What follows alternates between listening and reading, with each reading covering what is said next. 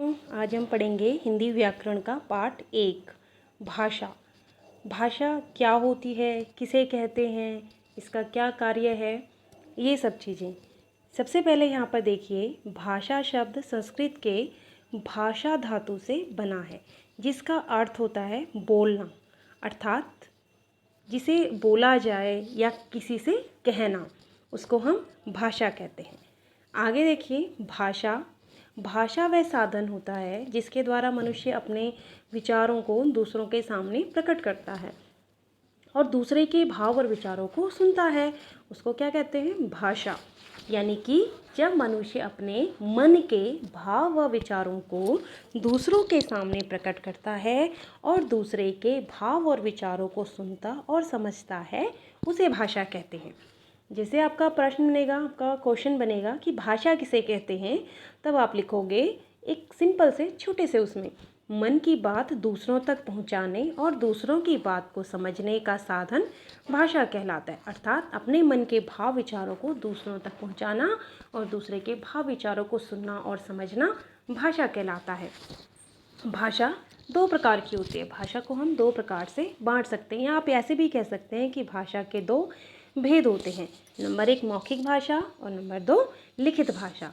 मौखिक भाषा जब हम अपने भाव और विचारों को दूसरों के सामने बोलकर प्रकट करते हैं और दूसरे के भाव और दूसरे की बातों को सुनते हैं या समझते हैं, उसे मौखिक भाषा कहते हैं। यानी कि सिर्फ बोलना।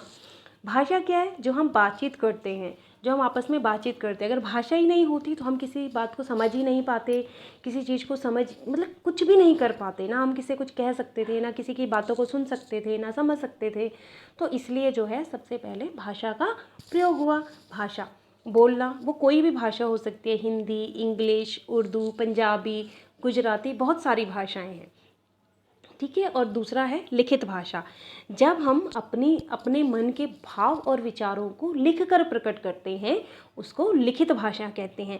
अब लिखित भाषा में एग्जाम्पल जैसे आपकी किताबें, पुस्तकें, न्यूज़पेपर जो आप पढ़ते हो, तो ये सारी क्या है? ये लिखित भाषा में आता है कि इनमें जो है लिख कर जो है सबने अपने विचारों को प्रकट किया है, जो हम तक पहुँचे। किताबें हैं, हम किताबों में पढ़ते हैं, तो लेखक ने उन किताबों में लिखा है, यानी कि उसकी जो भाषा थी वो लिखित भाषा थी, ठीक है। यानी कि जब हम अपने मन के भाव और विचारों को दूसरों के सामने प्रकट करते हैं और दूसरे के भाव और विचारों को सुनते और समझते हैं, उसे हम भाषा कहते हैं।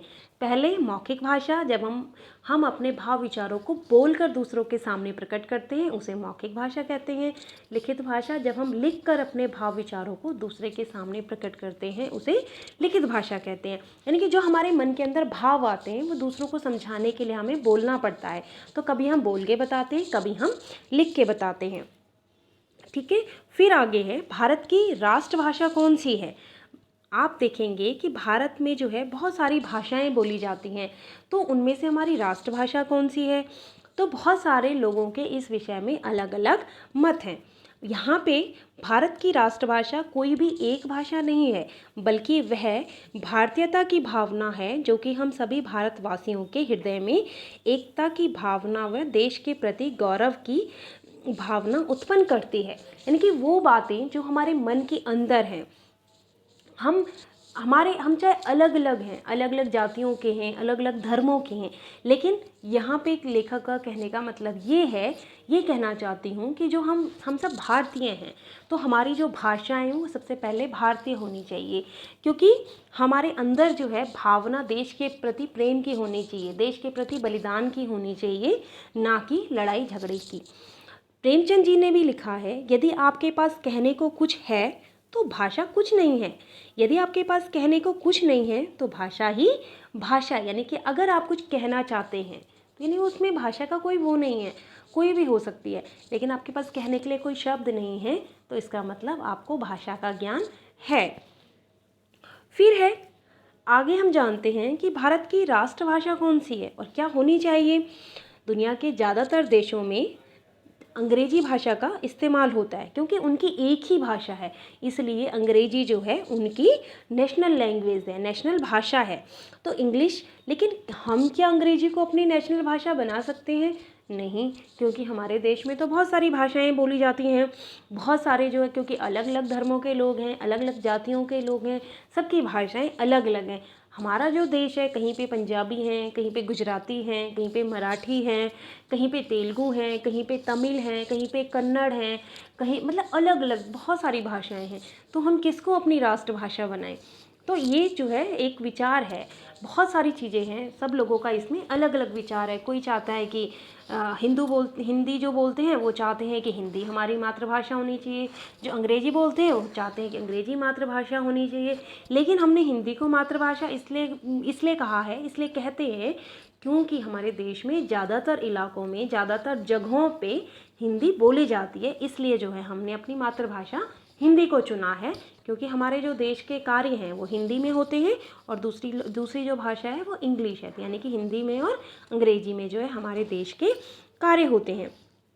परंतु हमारा जो संविधान है, हमारे संविधान में 22 भाषाओं को मान्यता दी है। यानी कि हमारे जो संविधान बनाया गया है, जो भी आपको सभी को पता होगा कि हमारा जो संविधान बनाया था वो डॉक्टर भीमराव अंबेडकर जी ने बनाया था। तो हमारी जो भाषाएं हैं उस संविधान में 22 भाषाओं को बताया गया है, 22 भाषाओं को मान्यता दी है। यानी कि संविधान में 22 भाषाओं को लिखा गया है, जिसमें से मैं आपको उनके नाम बता रही हूँ। असमी, उर्दू, कन्नड़, कश्मीरी, कोंकणी, मैथिली, मलयालम, मणिपुरी, मराठी, नेपाली, उड़िया, पंजाबी, संस्कृत, संथली, सिंधी, तेलुगु, बोडो, डोगरी, बंगाली, गुजराती, इंग्लिश और हिंदी। ये सारी भाषाएं जो है उसमें लिखी गई हैं हमारे संविधान में। आगे हम भाषा की बात करते हैं, मातृभाषा। अब मातृभाषा क्या है? मातृभाषा वो होती है जहाँ पे मनुष्य जन्म लेता है, जिस जगह पर उसने जन्म लिया होता है, और जिस भाषा को वो सबसे पहले बोलना सीखता है उसको हम मातृभाषा कहते हैं। जो कि उस व्यक्ति की पहचान होती है, सामाजिक पहचान। समाज में जब हम जाते हैं तो हमें उस भाषा से ही पहचान मिलती है। तो भाषा हमें कहाँ से आती है? जहाँ हम जन्म लेते हैं, जिस जगह पर हम जन्म लेते हैं। और सबसे पहले जब बच्चा बोलना सीखता है, जिस भाषा को वो बच्चा बोलना सीखता है उसको मातृभाषा कहते हैं। फिर आगे आती है संपर्क भाषा। संपर्क भाषा किसे कहते हैं? संपर्क भाषा का मतलब होता है एक दूसरे से बातचीत करना, कि कैसे आप मेरी बात को समझ पाएंगे और कैसे मैं आपकी बात को समझ पाऊंगी, उसे हम संपर्क भाषा कहते हैं। जैसे यहाँ पर दे रखा है, संपर्क भाषा ऐसी भाषा है जो बहुत से लोग जानते हैं। जैसे कि इंग्लिश, किसी भी देश में चले जाइए, आपको किसी भी व्यक्ति से बात करने के लिए इंग्लिश भाषा का प्रयोग किया जाता है, क्योंकि इंग्लिश ही एकमात्र ऐसी भाषा है जो अंतर्राष्ट्रीय स्तर पर प्रयोग की जाती है। आप किसी से भी बात करने के लिए उस भाषा का प्रयोग नहीं करेंगे जो सिर्फ किसी एक विशेष क्षेत्र में प्रयोग की जाती हो, क्योंकि अगर आप ऐसा करते हैं तो आपको हर एक विशेष क्षेत्र के लिए अलग अलग भाषाओं का ज्ञान होना आवश्यक है। किंतु इतनी सारी भाषाएं एक व्यक्ति नहीं सीख सकता, इसलिए ऐसी भाषा का प्रयोग किया जाता है जो सभी देश के व्यक्ति समझते हैं, जैसा कि इंग्लिश, जिसे संपर्क भाषा कह सकते हैं, संपर्क भाषा कहा जाता है। यानी कि हम वो भाषा जो सभी लोगों को आती हो, ताकि हम सब अपनी बातों को दूसरों तक पहुंचा सकें और दूसरे की बातों को समझ सकें। अगर हम किसी से बात कर रहे हैं और अगर हम अपनी भाषा में बात करेंगे और उसे वो भाषा नहीं आती है तो हमारी बातों को समझ नहीं सकता। तो यानी कि संपर्क भाषा वो होनी चाहिए जो सभी को आती हो, जिससे आप बात कर रहे हो उसे आती हो और आपको भी आती हो, ताकि आप दोनों एक दूसरे के विचारों को, भावों को समझ सकें। अब यहाँ पे अंग्रेजी भाषा सिर्फ एक अंग्रेजी भाषा ही ऐसी है जो हमारे देश में देश विदेश सब जगह बोली जाती है। तो यानी कि अगर आपको इंग्लिश आती है तो आप कहीं पर भी किसी भी देश में जाके उनसे बातचीत कर सकते हैं और उनकी बातों को भी समझ सकते हैं कि दूसरा व्यक्ति आपसे क्या कहना चाहता है या क्या नहीं कहना चाहता है। फिर है हिंदी भाषा, जो हमारी राष्ट्रीय भाषा भी है। उसका जन्म कब हुआ, उसको हिंदी भाषा का दर्जा कब मिला? तो हिंदी भाषा जो है भारत में सबसे ज़्यादा बोली जाती है और इसे राजभाषा का दर्जा भी प्राप्त है।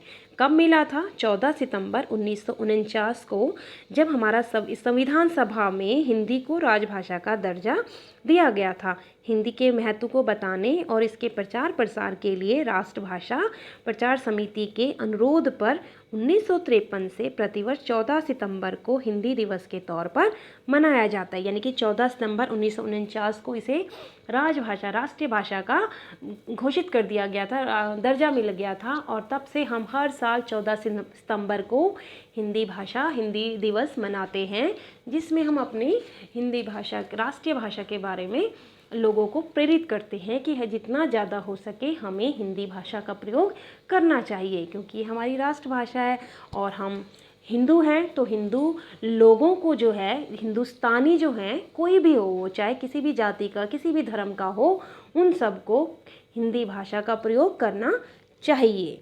आज हमने पढ़ा भाषा की भाषा क्या है, किसे कहते हैं, ठीक है। यानी कि अपने भाव विचारों को बोलना और दूसरे के भाव विचारों को समझना ही भाषा है।